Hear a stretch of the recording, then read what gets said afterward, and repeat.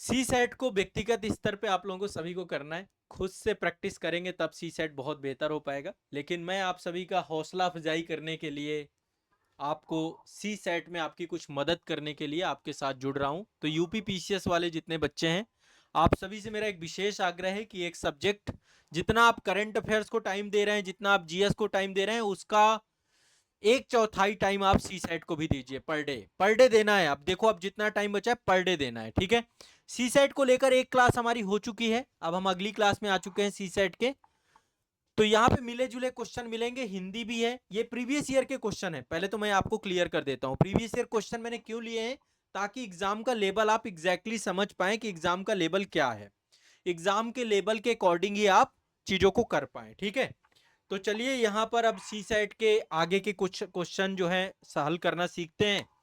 और देखो, मैथ और रीजनिंग में क्या है कि हो सकता है कि बहुत सारे माध्यम में बहुत सारे तरीके हैं चीजों को करने के। तो आप लोग जो है अपने तरीके से भी कर सकते हैं, बाकी कुछ मेथड मैं आपको बताऊंगा उनका भी उपयोग कर सकते हैं। सबसे पहले रीजनिंग सॉल्व करने के लिए, चूंकि यहां पर सीरीज आती है, तो सीरीज आने आने के लिए पहले तो एबीसीडी लिख लेना है। जब भी जाना है रफ में ए बी सी डी, पहले तो ये आनी चाहिए पूरी, ठीक है, जेड तक ये लिख लेना। अभी देखो इससे कई सारे क्वेश्चन निकलेंगे और बिल्कुल रट जाना है। जिस तरीके से मैं लिख रहा हूं वैसे लिखेंगे, E F G H I जे के एल एम, फिर नीचे एम के बाद एम आपका 13 नंबर पे आता है। धीरे धीरे ऐसे लिखोगे तो याद भी हो जाएंगे कि कौन किस नंबर पे आता है, ठीक है। इसको थोड़ा सा नीचे लिख लेते हैं तो ज्यादा बेहतर है। पी क्यू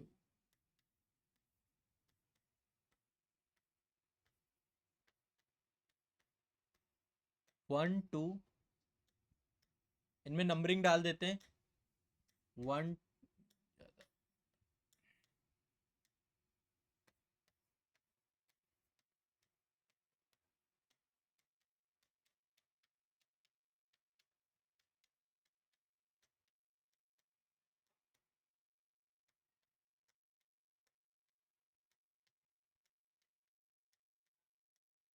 इससे बहुत सारे क्वेश्चन निकलते हैं आपके सीरीज वाले। जितने भी क्वेश्चन है हम इसी माध्यम से करेंगे, इसी से हम कंप्लीट करेंगे। चलिए अब एक एक क्वेश्चन देखते हैं। ये आपका जो है अंकों से जुड़ी हुई श्रृंखला है। देखो दोनों तरीके की सीरीज आती है, न्यूमेरिक श्रृंखला भी आती है। आपको सीरीज में एक रिलेशन देखना होता है कि किस टाइप का रिलेशन है, ताकि आप आंसर को निकाल पाए, ठीक है। और सीरीज बहुत टफ है, मतलब इतना आसान नहीं होता है, आसान भी है। जैसे प्रैक्टिस कर लोगे आपको पता चल गया कि किस किस टाइप की सीरीज हो सकती है ना। कहाँ पर क्यूब का यूज हो सकता है, कहाँ पे स्क्वायर का यूज हो सकता है। और आम तौर पे जैसे सीरीज ज्यादा बड़ी नहीं है, तो आम तौर पे जो रिलेशन क्रिएट होता है वो आपका एक एक को छोड़ करके एक ऐसे रिलेशन, इसका इसके साथ रिलेशन, इसका इसके साथ रिलेशन, फिर अगला शब्द यहाँ पे आएगा, इसका इसके साथ रिलेशन, इसका इसके साथ रिलेशन। एक जेन्युइन रिलेशन निकलना चाहिए, तब तो आप इसको कर ले जाओगे। अब आपको ये समझना है कि एक कैसे आया, फिर ये 5 कैसे आया, फिर यहाँ पे 17 कैसे आया, ठीक है। अब अगला अंक क्या आएगा ये आपको समझना है। बहुत फास्ट वहां पर आपको रिस्पॉन्ड करना है, ध्यान रखना। फिर इसके बाद आपका जैसे यहां पर है 0 कैसे आया, 8 कैसे आया, 24 कैसे आया, आपस में इनका क्या रिलेशन हो सकता है, ये आपको निकालना है, ठीक है। एक का रिलेशन किस तरीके से, यहाँ पे कौन सा फॉर्मूला लगा हुआ है कि आपस में ये एक दूसरे के साथ जुड़े हुए हैं, ठीक है। अब यहाँ पे आप सोच नहीं पाओगे, इस तरीके का ये सीरीज है। ये अपने आप में टफ है, मैं इसको इतना आसान नहीं मानता, बट आसान भी है, बहुत टफ भी नहीं है। अच्छा कोई बताएगा इसका आंसर, बता पाएगा क्या आप में से कोई? 1 मिनट का टाइम आपको दे रहा हूं। 1 मिनट में आप यदि इसका सॉल्व करें, प्रीवियस ईयर ही है, आपने किया भी होगा। कोई आंसर बताएगा क्या आप में से? माइक अनम्यूट कर सकते हैं।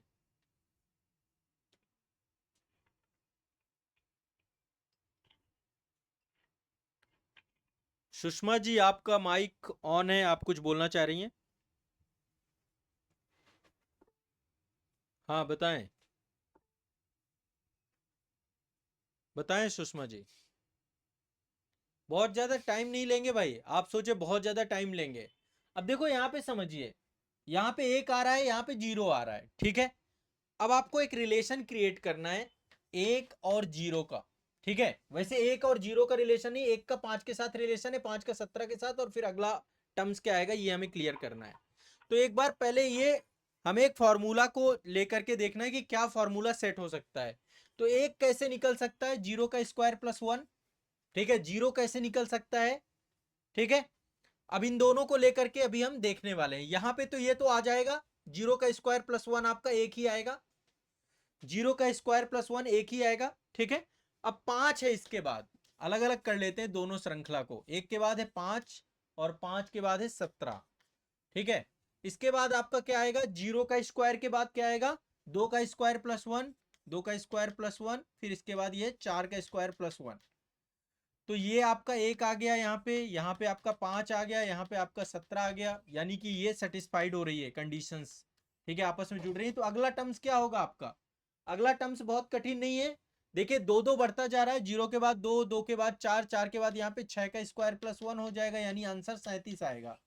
ठीक है, और इसकी जो सेकंड कंडीशन है यहाँ पे 0, 0 के बाद 8, 8 के बाद 24। अब इसको आपस में आपको कनेक्ट करना है, तो ये कैसे कनेक्ट होगी, 1 का स्क्वायर माइनस 1, 0 होगा।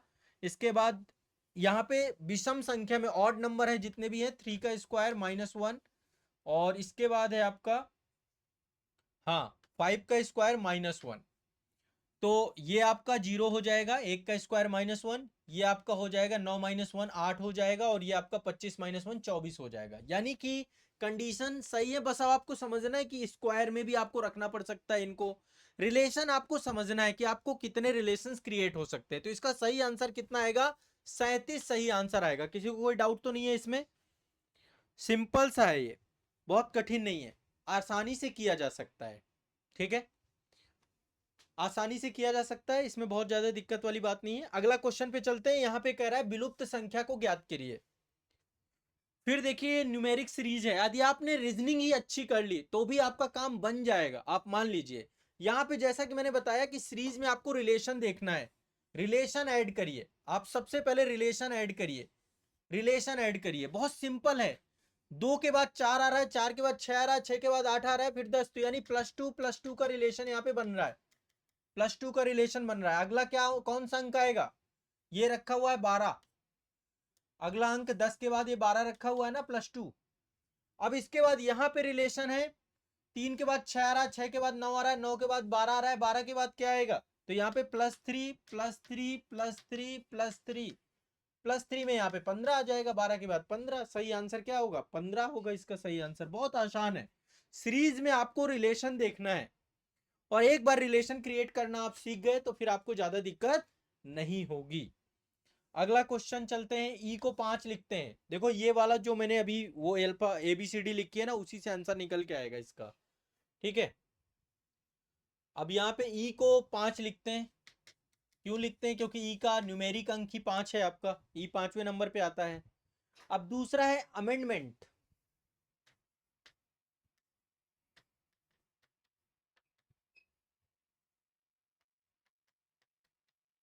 अब इन सबके न्यूमेरिक नंबर आपको पता होना चाहिए। ठीक है, अमेंडमेंट में सबके न्यूमेरिक नंबर आपको पता होने चाहिए। ठीक है, ए का न्यूमेरिक नंबर आप सभी को पता है, ए का कितना होगा, 1 होगा। ठीक है, एम का कितना होगा, 13 होगा। ई का कितना होगा, 5 होगा। डी का कितना होगा आपका, डी का होगा आपका 4 होगा। एम का कितना होगा, 13 होगा। ई का कितना होगा, 5 होगा। इसका होगा 14। अब बचा टी, टी का देख लेते हैं। टी का है 20, टी का है 20। यदि इन सबको ऐड करोगे तो 89 आएगा। यानी कि जो न्यूमेरिक अंक लिखे हुए हैं ई इक्वल टू 5, क्योंकि एक ही वर्ड है, इसका सबका योग है, जितने भी न्यूमेरिक अंक है इन सबका योग है ये। तो कह रहा है इसका क्या होगा, सेक्रेटरी का। अब इसका भी बहुत सिंपल है, इसका भी निकाल लीजिए। आप सभी को अब करना है ये काम, सभी लोग करेंगे। 1 मिनट का टाइम है आप लोगों का। ठीक है, सभी के पास 1 मिनट का टाइम है। ये वाले शब्द का जो मैंने आपको वो लिखवाए आप लोगों ने भी लिखे होंगे। ठीक है, तो आप लोग अभी ये लगाएंगे, सबको ऐड करिए, जोड़िए, सबके नंबर देख करके जोड़िए। सभी लोग पास 1 मिनट का टाइम है। ऐड करना है इनके नंबर लिख करके, किसका कितना नंबर आएगा, और इनको प्लस करना है। तो 111 कितना आ रहा है? 111। 111 तो ऑप्शन में ही नहीं है भाई, आंसर में ही नहीं है। रुक जाइए, मैं आपको वो दिखा देता हूँ। इसमें कहीं 111 दिख रहा है? जल्दबाजी नहीं, फिर गलती करके आ जाओगे। 1112 हो गया। 1112 भी गलत है भाई, ऐसे मत करो आप, तुक्का नहीं मारना, सही से पहले जोड़ो आप, सही से जोड़िए। एस कौन से नंबर पे है? टी 20वें नंबर पे है, 19वें नंबर पर होगा, ई 5वें नंबर पे है, सी तीसरे नंबर पे है। आर का नंबर क्या है? आर आपका 18वें नंबर पे आता है, ई 5वें नंबर पे आता है, टी 20 नंबर पे आता है, ए 1 नंबर पे आता है, आर आपका 18वें नंबर पे आता है, और वाई आपका 25वें नंबर पे आता है। जोड़ दो सभी को। 114 हो गया सर। ये ए 114, पर इतना टाइम लगना नहीं चाहिए, इतना टाइम वाला सवाल ही नहीं है ये, फिर ऐसे गड़बड़ा जाएगा मामला।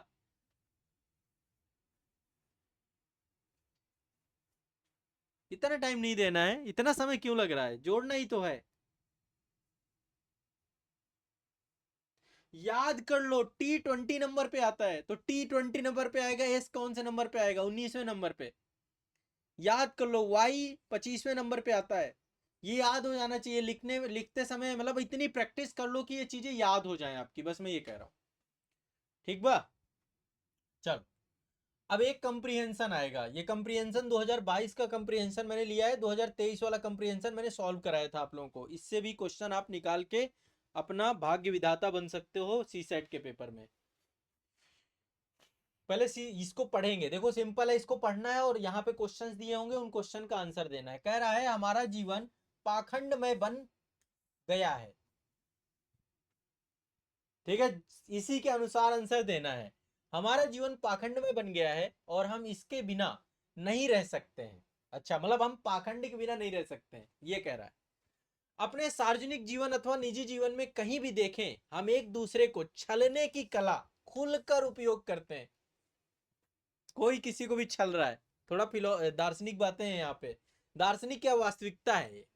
इसके बावजूद यह विश्वास करते हैं कि हम ऐसा कुछ भी नहीं कर रहे हैं, मतलब हम लोगों को छल तो रहे हैं लेकिन ये मानते ही नहीं है कि हम छल रहे हैं। ठीक है, कह रहे हैं ऐसा कुछ भी नहीं कर रहे हैं, मतलब गलत करके भी हम नहीं मानने को तैयार हैं कि हम गलत कर रहे हैं।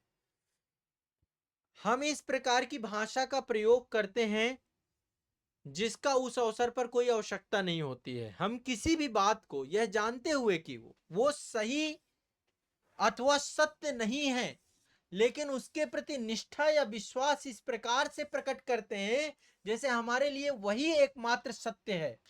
मतलब गलत होते हुए भी हम उसको सत्य घोषित करना चाहते हैं, मतलब असत्य को हम सत्य करना चाहते हैं, ये कह रहा है ये लाइन।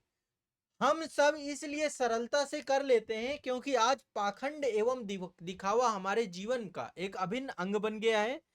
आज हम में से अधिकांश लोगों की स्थिति मुंह में कुछ और वाली बन गई है। यह जानते हुए कि बात गलत है, हम उसके प्रति निष्ठा क्यों प्रकट करते हैं? ये क्वेश्चन है क्या भाई? हाँ, ये क्वेश्चन है। कह रहे हैं कि हमें पता है कि कोई बात गलत है।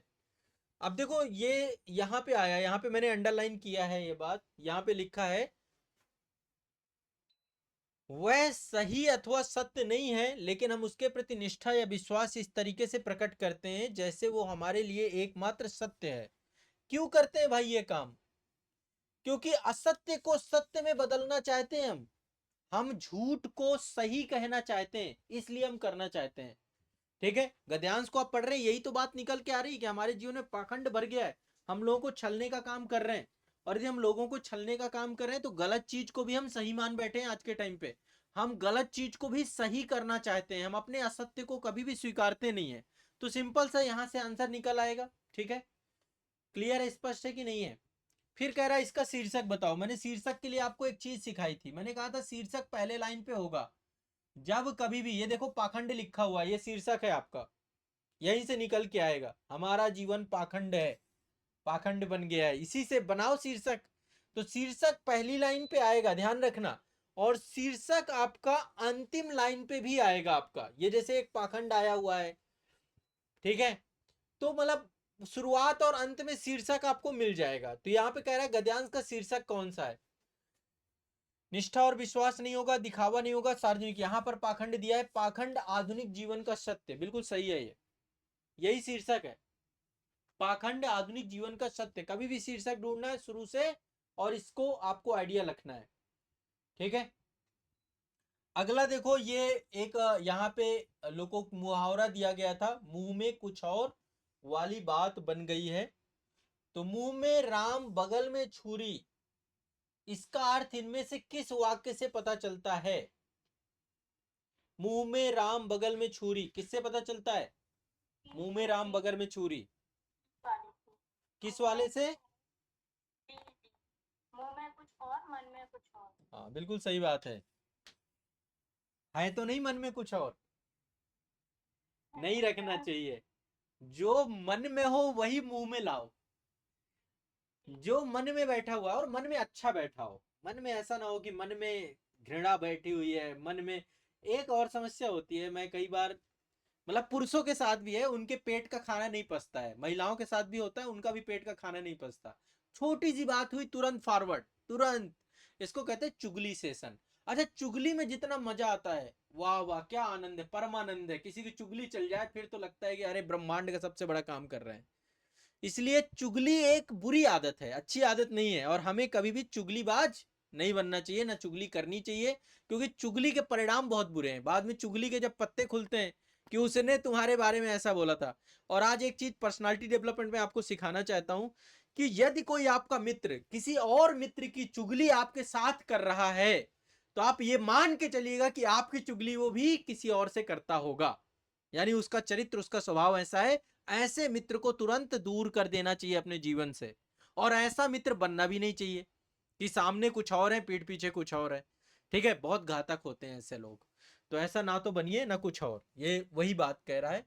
अगला कह रहा है छलने की कला हम किस प्रकार से उपयोग करते हैं? छलने की कला का हम किस प्रकार से उपयोग करते हैं? देखिए, छलने की कला का हम खुलकर उपयोग करते हैं। यहां पे लिखा हुआ खुलकर उपयोग करते हैं, छलने की कला का खुलकर उपयोग करते हैं। ए नंबर। आपको थोड़ा सा अवेयर रहना है, जब भी गद्यांश पढ़ना है, गद्यांश को पढ़ते समय थोड़ा सा अवेयर रहिए, आपको ज्यादा अच्छे से क्लियरिटी होगी, ठीक है। नेक्स्ट अगला लिखा है, हमने जीवन का अभिन्न अंग किसे बना लिया है? भाषा को, सरलता को, निष्ठा और विश्वास को नहीं, पाखंड और दिखावे को। पाखंड और दिखावा हमारे जीवन का अभिन्न हिस्सा बन चुका है। तो यदि आप चाहो तो इस पूरे सेक्शन से पूरे क्वेश्चन सॉल्व करके आ सकते हो, सारे सही करा सकते हो। 5 क्वेश्चन तो आपको यहीं से निकल आएंगे, बन जाएंगे आपके, ठीक है। अब चलिए एक दो क्वेश्चन और उठा लेते हैं, रीजनिंग के ही हैं क्वेश्चन। देखो, रीजनिंग का एक क्वेश्चन ये है, ये आता है दिशा ज्ञान से, आपके डायरेक्शन का कितना नॉलेज है, दिशा ज्ञान। इस तरीके के क्वेश्चन हम कैसे करेंगे? पहले तो आपको पता होना चाहिए दिशाओं का क्रम क्या होता है। ये आपका साउथ है, ये आपका नॉर्थ है, ये आपका ईस्ट है, ये आपका वेस्ट है, ये आपका नॉर्थ ईस्ट है, ये आपका नॉर्थ वेस्ट है, नॉर्थ वेस्ट है, ये आपका जो है साउथ वेस्ट है, और ये आपका साउथ ईस्ट है। Got it? अब मुद्दा है, यहाँ पे क्वेश्चन है, एक क्वेश्चन है, उस क्वेश्चन को देख लेते हैं। अनुज का मुख कहां पर है? उत्तर पूर्व की तरफ है। अनुज यहाँ पे है भैया, अनुज यहाँ पर है, उत्तर पूर्व की तरफ उसका मुख है। थोड़ा सा इसको पतला कर लेते हैं।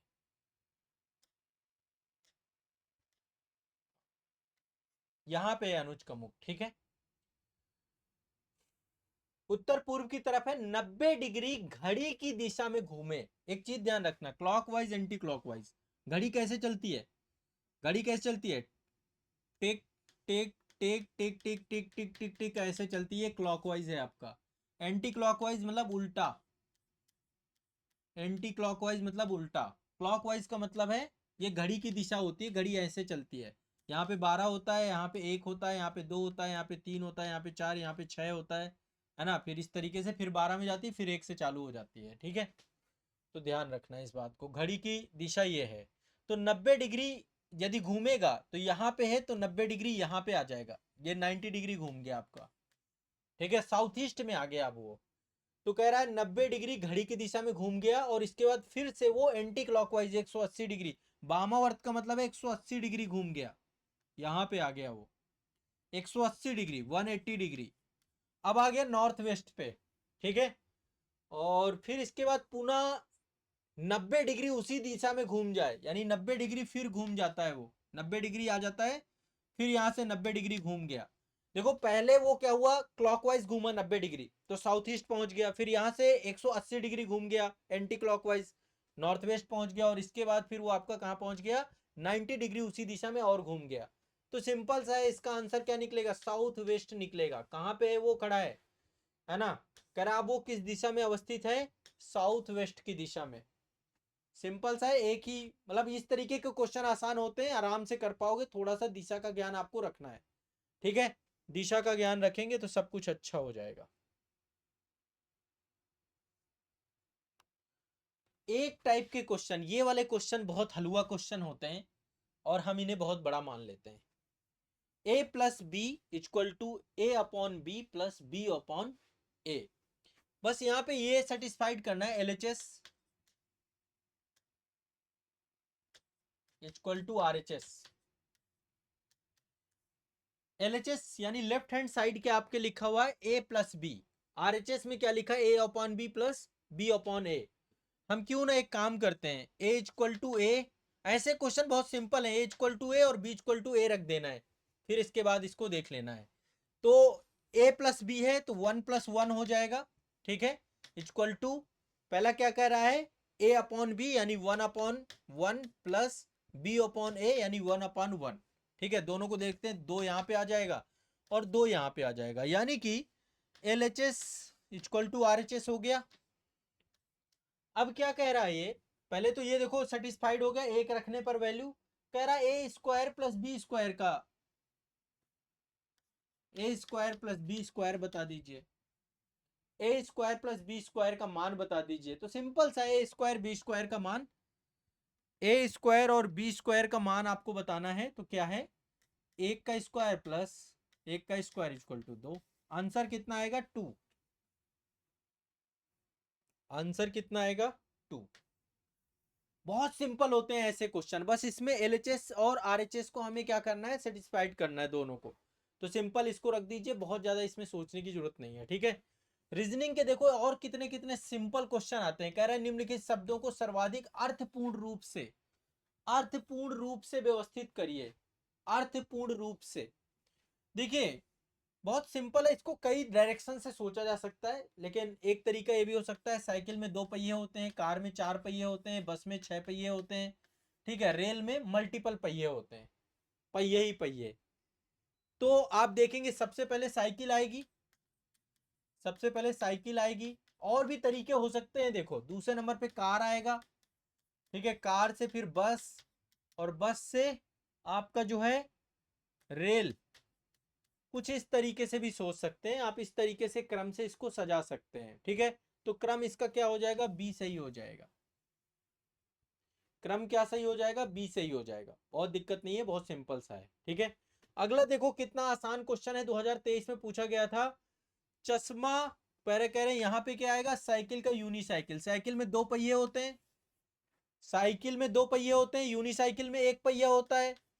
तो चश्मा में 2 चश्मे होते हैं, ये देख रहे हैं 2 हैं, 2 में से मेरा एक फूट गया, तो क्या बचा, मोनोकल, एक ही लेंस बचा, ठीक है। तो आराम से ये भी मतलब बहुत सिंपल सा, इसमें कुछ है नहीं। साइकिल में 2 पहिए होते हैं, यूनिसाइकिल में 1 पहिया होता है, चश्मे में 2 ग्लास होते हैं, मोनोकल में 1 ग्लास होता है, बस खत्म बात, निकाल लेना है इसमें। अगला कह रहा है, इसमें कह रहा है विषम पद चुनिए, विषम पद, फिर से वही वाला मेरा फॉर्मूला ABCD वाला, वो दिमाग में आपके होना चाहिए, आपको पता होना चाहिए ABCD वाला, तभी आप कर पाओगे, ठीक है, नहीं तो नहीं कर पाओगे। अब यहाँ पे रिलेशन क्रिएट करना है, मैंने हमेशा कहा है कि जब रिलेशन क्रिएट करना हो थोड़ा सा एक के बाद एक देख लो। +2 में आ जाएगा v की नहीं आ जाएगा, ये 20 में है, ये 22 पे रखा हुआ है, t के बाद u के बाद b +2, b के बाद d है तो ये भी +2 है, b के बाद c के बाद d, +2 है दोनों, क्या दिक्कत है इन दोनों में, कोई दिक्कत नहीं है। यहाँ पे देख लो a के बाद c +2, x के बाद z +2, XYZ +2 आएगा। जे के बाद के, जे के बाद के जो है +1 आएगा, और क्यू के ओ के बाद क्यू आपका +2 आएगा, ओ के बाद क्यू आपका क्या आएगा +2 एस। ठीक है, तो ये आपका ऑड हो जाएगा, सिंपल सा है, सब में दो दो का डिफरेंस है। इसमें भी देख लीजिए, एफ के बाद एच +2, आर के बाद टी +2, सब में +2 का गैप है, यहाँ पे +1 का गैप है, यहाँ पे +1 का गैप है। तो सिंपल सा है, बहुत आसान सा है ये वाला। इसमें कौन सा ऑड है आपका, ऑड, यहाँ पे ऑड भी निकालने पड़ेंगे। मुद्दा है आप सीरीज को सॉल्व कर पाएंगे कि नहीं कर पाएंगे। यदि सीरीज सॉल्व नहीं हुई तो कोई फायदा नहीं है, सीरीज सॉल्व करना आपको सीखना है। ठीक है, चलो देखो रिलेशन कैसे बनेंगे। एक बार मैं यहाँ पे लिख देता हूं, 1 2 3 4, या तो इसका रिलेशन इसके साथ होगा। ठीक है, ध्यान से रखना, पहली कंडीशन ये हो सकती है कि 1 का 4 के साथ रिलेशन निकल आए। ध्यान समझने दी, 4 वर्ड है, मान लो टी है, यू है, वी है, क्यू है, तो टी का और क्यू के साथ रिलेशन भी बना सकते हो, यू का वी के साथ रिलेशन बना सकते हो, ये युग्म आप क्रिएट कर सकते हो। इसी तरीके से कई बार क्या होगा, 1 2 3 4 है तो 1 का 2 के साथ रिलेशन, ठीक है, ऐसे भी बना सकते हो, या नहीं 1 का 3 के साथ रिलेशन, 2 का 4 के साथ रिलेशन। आपको रिलेशंस बनाने सीखने हैं कि मल्टीपल टाइम में कहां कहां पे आपको देखना है, बहुत फास्ट आपका निकल के आएगा। अब अगला आपका पूछ रहा है, ये ब्लड रिलेशन है क्या? हाँ, अगला ब्लड रिलेशन का क्वेश्चन आ गया। ब्लड रिलेशन मैंने आपको बताया था, एक ग्राफ बनाना है। कह रहा है राम, वो श्याम राम का मित्र है, तो राम और श्याम,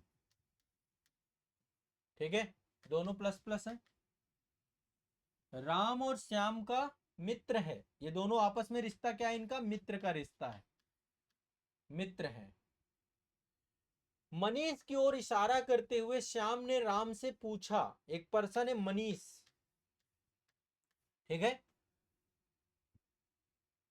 श्याम ने राम से पूछा कि वह कौन है, वह कौन है। तो राम ने कहा कि उसका बेटा, मनीष का बेटा, उसका बेटा मेरे बेटे का, राम का बेटा, मनीष का बेटा राम के बेटे का क्या लगता है, चाचा लगता है। दोनों में आपस में रिलेशन क्या है, चाचा का।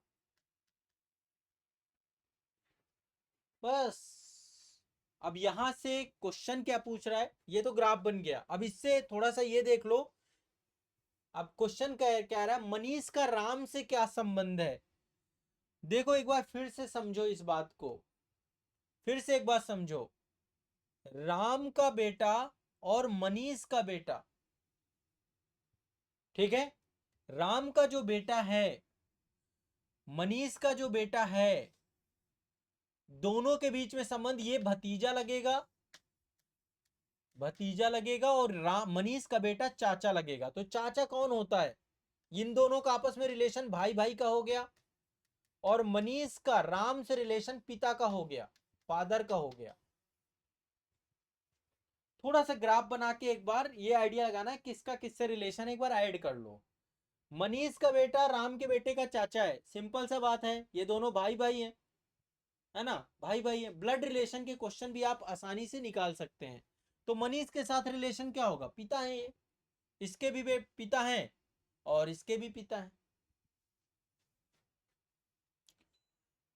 ठीक है, क्लियर है, स्पष्ट है। ब्लड रिलेशन के क्वेश्चन बहुत कठिन नहीं होते हैं, आप एक बार थोड़ा सा इनको पढ़ेंगे और पढ़ के प्रैक्टिस करके जाओगे तो एग्जाम हॉल पे कर पाओगे। देखो हमें 2-3 टॉपिक को पहले वहां प्रायोरिटी में पकड़ना है। पहला तो पैराग्राफ निपटा दो, सबसे पहले पैराग्राफ निपटाना, ठीक है। एग्जाम हॉल में सबसे पहले आप 5 क्वेश्चन निपटा देना पैराग्राफ के। पैराग्राफ के बाद दूसरे नंबर पे रीजनिंग पकड़ना, रीजनिंग पकड़ना, रीजनिंग से आपको 15-20 क्वेश्चन, 15 मतलब 10 से 15 क्वेश्चन मान लो रीजनिंग से निकल रहे हैं, 10 से 15 क्वेश्चन यहां निकाल दोगे, 5 क्वेश्चन यहां निकाल दोगे, ठीक है। इसमें सब तरीके के क्वेश्चन आएंगे रीजनिंग में, सीरीज वाले क्वेश्चन भी हैं, 4-5 क्वेश्चन सीरीज के निकल जाते हैं आपके। ब्लड रिलेशन से क्वेश्चन निकल जाएंगे, कैलेंडर से भी क्वेश्चन आते हैं, आपके क्लॉक से भी क्वेश्चन आते हैं, वो टॉपिक में लिखवा चुका हूँ। ठीक है, तो कुछ ये सैंपल क्वेश्चन थे। अब देखो मैं ज्यादा क्वेश्चन तो नहीं ला पाया, लेकिन जितने ले आया मैंने उसके बारे में आपको थोड़ा अवेयर करने की कोशिश की।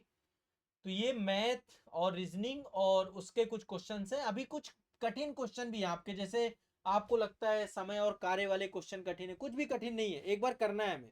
परसेंटेज हो गया, प्रॉफिट एंड लॉस हो गया, बेलन के क्वेश्चन हो गए, वृत्ति के क्वेश्चन हो गए, ये वाले क्वेश्चन में सारे आपके करवाऊंगा, आप टेंशन हो। अवेन जी कुछ कहना चाह रहे हैं? कम्युनिकेशन वाले क्वेश्चन बता दीजिएगा। कम्युनिकेशन वाले बता दूंगा मैं, नो डाउट, क्लास में। अभी अभी हम नेक्स्ट उसमें कम्युनिकेशन वाले क्वेश्चन भी लेने चालू कर देंगे। आज तो मैं क्वेश्चन लेके नहीं आया हूँ, बट कम्युनिकेशन वाले से ज़्यादा बेहतर है कि आप पहले 3 चीज़ों पे फोकस करो ज़्यादा। ठीक है, कम्युनिकेशन में जितना टाइम दोगे, और एक है हिंदी का ये वाला सेक्शन, व्याकरण वाला सेक्शन। कम्युनिकेशन में कुछ तो बहुत आसान होते हैं, लेकिन वो बेसिक्स मुझे आपको पढ़ाने पड़ेंगे। बेसिक्स बहुत कठिन है, बेसिक्स में टाइम लगेगा कि मैं आपको इंटरपर्सनल स्किल पढ़ाऊं, फिर कम्युनिकेशन स्किल पढ़ाऊं, फिर थोड़ा डिसीजन मेकिंग के बारे में पढ़ाऊं। उसमें 2-2 3-3 क्लास लेनी पड़ेंगी, वो टाइम नहीं है हमारे पास। तो आपको मैं कम्युनिकेशन स्किल और उसके थोड़े बहुत क्वेश्चन बता दूंगा कि कैसे इनको सॉल्व कर सकते हैं, आप किस टाइप के क्वेश्चन को कैसे सॉल्व करेंगे। बट एग्जैक्टली जो आपके प्योर 33% नंबर आपको बनाना है, हिंदी व्याकरण पे काम करना है। तद्भव तत्सम हो गया, थोड़ा पर्यायवाची पढ़ लिया। ठीक है, शुद्धि वाले शब्द, बर्तनी शुद्धि से क्वेश्चन आते हैं, उनको देख लिया आपने। ठीक है, मुहावरे लोकोक्ति से क्वेश्चन आ जा रहे हैं, तो थोड़ा हिंदी वाला काम डेली करने लग जाओ, रीजनिंग में थोड़ा टाइम देने लग जाओ, और हिंदी कंप्रीहेंशन में। और इंग्लिश का भी कंप्रीहेंशन पैसेज आसान होता है, बहुत कठिन नहीं है। यदि इंग्लिश में आप बेहतर है तो इंग्लिश का पैसेज भी आपको करना है। बाकी कम्युनिकेशन स्किल के मैं क्वेश्चंस कुछ करवाऊंगा अगले सेशन में। ठीक है, तो अगले सेशन में ही हो पाएंगे। और किसी को कुछ पूछना है? और कुछ पूछना चाहते हैं? देखो, हो सकता है एग्जाम तक में हम थोड़ा गति और बढ़ाएं, मैं सी सेट के टॉपिक्स आपके ज़्यादा कवर करूं। मेरा टारगेट है 2023, 2022, 2021, 2020, 2018 तक के पेपर में चाह रहा हूँ सॉल्व हो जाए, मैथ और रीजनिंग के खासकर, और हिंदी कंप्रीहेंशन साथ में। ठीक है, और आप लोग यदि कहेंगे तो, मतलब हिंदी में इसलिए नहीं ले रहा हूँ क्योंकि वो रटने वाली चीज़ है, वो रटंत करो, पढ़ लो। आप कहोगे तो थोड़ा तद्भव तत्सम भी यहाँ पे पढ़वा दूंगा, थोड़ा सा ये भी काम कर देंगे। लेकिन अब हमारे पास टाइम सीमित है, हम ऐसा नहीं कि बहुत टाइम है, जितना भी टाइम है उसके हिसाब से हमें कार्य करना है। ठीक है, चलिए।